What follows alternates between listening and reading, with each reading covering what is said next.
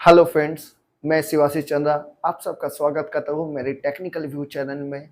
आज का टॉपिक है सर्वोवाल सर्किट में कैसे सॉल्यूशन, कैसे प्रॉब्लम को सॉल्व करेंगे और कैसे फाइंड आउट करेंगे इलेक्ट्रिकल प्रॉब्लम है या मैकेनिकल प्रॉब्लम है। क्योंकि हमेशा देखा गया है कि हमेशा इलेक्ट्रिकल और मैकेनिकल लड़ते रहते हैं, क्योंकि ये electric operated servo control valve होता है जिसमें हमेशा डाउट रहता है कि इलेक्ट्रिकल इशू है या फिर मैकेनिकल इशू है। तो उसी डाउट को कैसे सॉल्व करेंगे, आइए मेरे साथ बने रहिए वीडियो में पूरा। तो हम लोग इसके बारे में डिस्कस करेंगे इस सर्किट के माध्यम में। थैंक आइए पहले देख लेते हैं सर्किट में क्या-क्या इक्विपमेंट लगा हुआ है और किसको क्या बोलते हैं।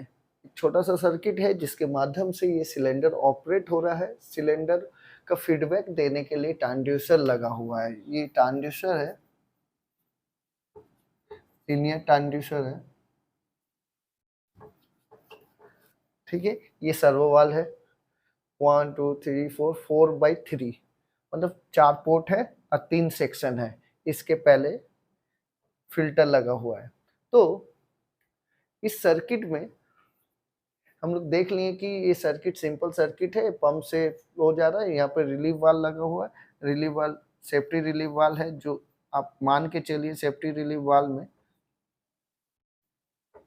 100 100 इसका 100 बार सेट है, ठीक है। बस, तो अभी प्रॉब्लम क्या क्या आ सकते हैं। पहले cylinder movement issue issue second cylinder hunting issue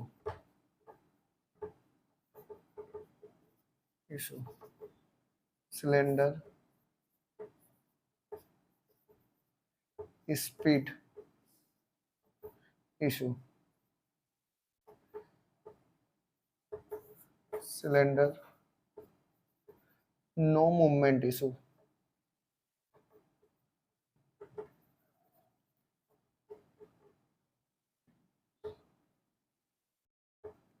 issue.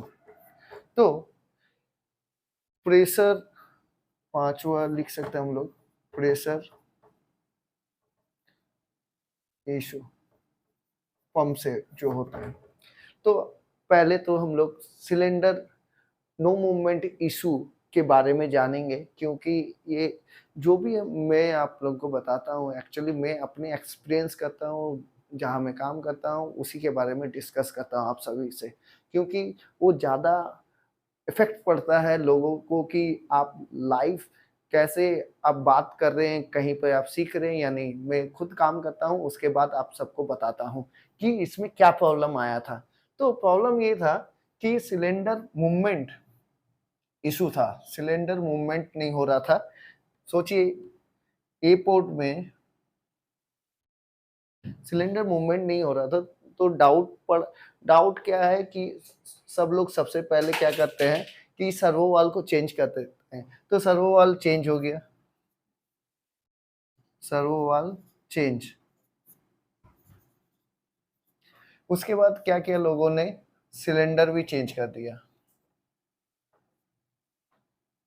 Cylinder change कर दिया। ये दोनों काम करने के बाद भी सिलेंडर मूवमेंट नहीं हो रहा था।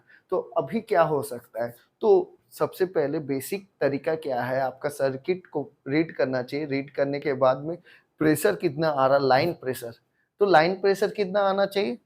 पंप का सेटिंग है, सोचिए एक्सेल पिस्टन पंप है, एक्सेल पिस्टन पंप है और ये 70 बार है पंप का प्रेशर, तो लाइन में प्रेशर आना चाहिए 70 बार, ठीक है। 70 बार आना चाहिए लाइन में प्रेशर। मैंने पहले प्रेशर चेक कर लिया, प्रेशर चेक करने के बाद में सर्वो वाल्व ऑपरेट हो रहा कि नहीं हो रहा, उसको आप इलेक्ट्रिकल पैनल इलेक्ट्रिकल पैनल के माध्यम से आप वहाँ पर ही कंट्रोल देके इलेक्ट्रिकल को बुला के बोलना है कि भैया उसको फॉरवर्ड और रिवर्स कर, मैनुअली फॉरवर्ड और रिवर्स करो। तो कमांड जाएगा, कमांड जाने के बाद वो फॉरवर्ड रिवर्स होना चालू होना चाहिए, लेकिन इस केस में हो नहीं रहा है। तो आपको क्या करना है कि सर्वो वाल्व के बाद ए और बी पोर्ट है, तो ए और बी पोर्ट में मिनी चेक वाल लगा हुआ रहता है, उसको हम लोग मिनी मेश कपलिंग भी बोलते हैं। तो मिनी मेश कपलिंग में आपको लगाना है प्रेशर गेज दोनों तरफ में, दोनों तरफ में प्रेशर गेज लगा के चेक करना है कि दोनों तरफ प्रेशर आ रहा है या नहीं आ रहा है जब वो चेंज ओवर हो रहा है। अगर चेंज ओवर होने के बाद चेंज ओवर हो रहा है, प्रेशर अगर 70 बार यहाँ आ रहा है, 70 बार यहाँ आ रहा, ठीक है, तो आपको क्या करना चाहिए? तो 70 बार जब आ रहा है तो आप ए पोर्ट में भी आ रहा है, फिर बी पोर्ट जब चेंज ओवर हो रहा है, जब हम बोल रहे फॉरवर्ड करो तो फॉरवर्ड करने में ए पोर्ट में आना चाहिए, रिवर्स करो तो बी पोर्ट में आना चाहिए। ये आपको चेक करना है, दोनों तरफ प्रेशर गेज लगाना। लेकिन फिर भी आपका सिलेंडर मूवमेंट नहीं हो रहा है। पहले ही मैंने बोला था कि लोगों ने सिलेंडर चेंज कर दिया, सर्वो वाल्व चेंज कर दिया, लेकिन अब प्रॉब्लम कहाँ है? ये फाइंड आउट आपको देखना पड़ेगा, पता करना पड़ेगा। तो हो सकता है कि यहाँ पर ही ए और बी पोर्ट वाल्व कोई खोल के छोड़ दिया हो पहला, तो मैंने इसको चेक कर लिया, क्लोज था, कोई इशू नहीं था। हो सकता है किसी ने इसको बंद करके छोड़ दिया हो, वो भी चेक कर लिया, वो भी सही था। अब प्रॉब्लम ये है, जब हम लोग ने यहाँ पर प्रेशर गेज लगाया इस जगह में, मिनी मेश के जगह में, तो फाइंड आउट किया कि जब फॉरवर्ड में कमांड देते हैं सर्वो वाल्व को, तो यहाँ प्रेशर आ रहा है 70 बार, लेकिन इस जगह में प्रेशर 0 आ रहा है, 0 आ रहा है। तो 0 आ रहा है तो मेरे को डाउट हो गया कि ये कैसे हो सकता है, क्योंकि यहाँ पर इसके पहले तो लगा हुआ ओनली गेट वाल लगा हुआ है, गेट वाल में ऐसा तो प्रॉब्लम नहीं होता है कभी भी। तो एज ए जब प्रेशर इस जगह में आ रहा है, इसके बाद नहीं आ रहा, तो सर्किट में सिर्फ बच रहा ये वाल, सर्किट में बच रहा गेट वाल, लेकिन फॉरवर्ड में मेरा आ रहा था, तो इसका सेंटर वाला जो वाल है उससे मेरा को कोई हानि नहीं हो रहा था, क्योंकि इधर आ रहा है प्रेशर, इस तरफ नहीं आ रहा।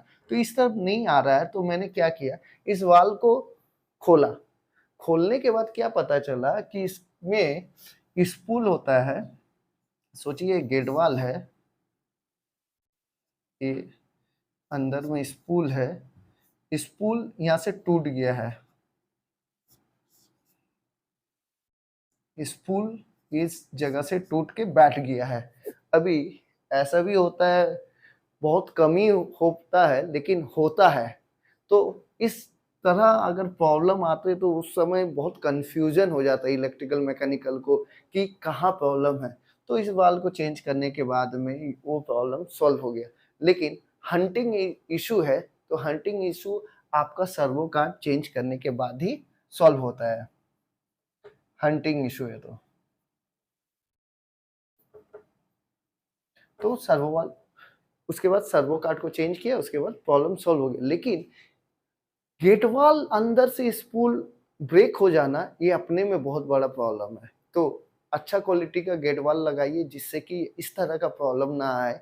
और अगर आपको लगता है कि कैसे चेक करना है, तो बेस्ट तरीका है स्टेप बाय स्टेप जाइए सर्किट के माध्यम से, तभी प्रॉब्लम को आप फाइंड आउट कर पाएंगे। इलेक्ट्रिकल मैकेनिकल लड़ के कुछ फायदा नहीं, जॉइंटली काम करना चाहिए लोगों को, और उसको समझना चाहिए कि प्रॉब्लम मैकेनिकल इश्यूज है कि इलेक्ट्रिकल इशू है। तो हमेशा मेरा तो मानना ये है, हमेशा सॉफ्ट वर्क पहले करना चाहिए, फिर हार्ड वर्क करना चाहिए। सिलेंडर चेंज करना, सर्वो वाल्व चेंज करना, these are the difficult work. तो डिफिकल्ट वर्क करने के पहले हो सकता है कि आप कार्ड चेंज कर दे, ठीक है, ट्रांसड्यूसर चेंज करके देख ले।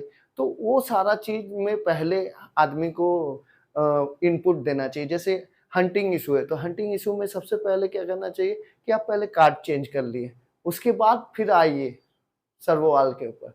तो जो इजी प्रोसेस है उस पे जाना चाहिए पहले, ना कि इलेक्ट्रिकल मैकेनिकल लड़ना चाहिए। तो अभी मैं इतना ही बोलना चाहता हूँ इस सर्किट के माध्यम से कि कभी-कभी गेट वाल में भी प्रॉब्लम आते हैं, तो आपको गेट वाल को अनदेखा नहीं करना चाहिए और उसको पकड़ के रखना चाहिए। कभी-कभी क्या होता है कि आपका सर्किट में गेट वाल का ड्राइंग वगैरह नहीं रहता है, तो अगर नहीं है तो उसको अपडेट ज़रूर कीजिए। और इसी के साथ मैं इस वीडियो को समाप्त करना चाहता हूँ, ज़्यादा लंबा नहीं खींचना चाहता हूँ। आप लोग मेरे वीडियो को देख रहे हैं, लाइक करें, सब्सक्राइब करें, उसके लिए धन्यवाद।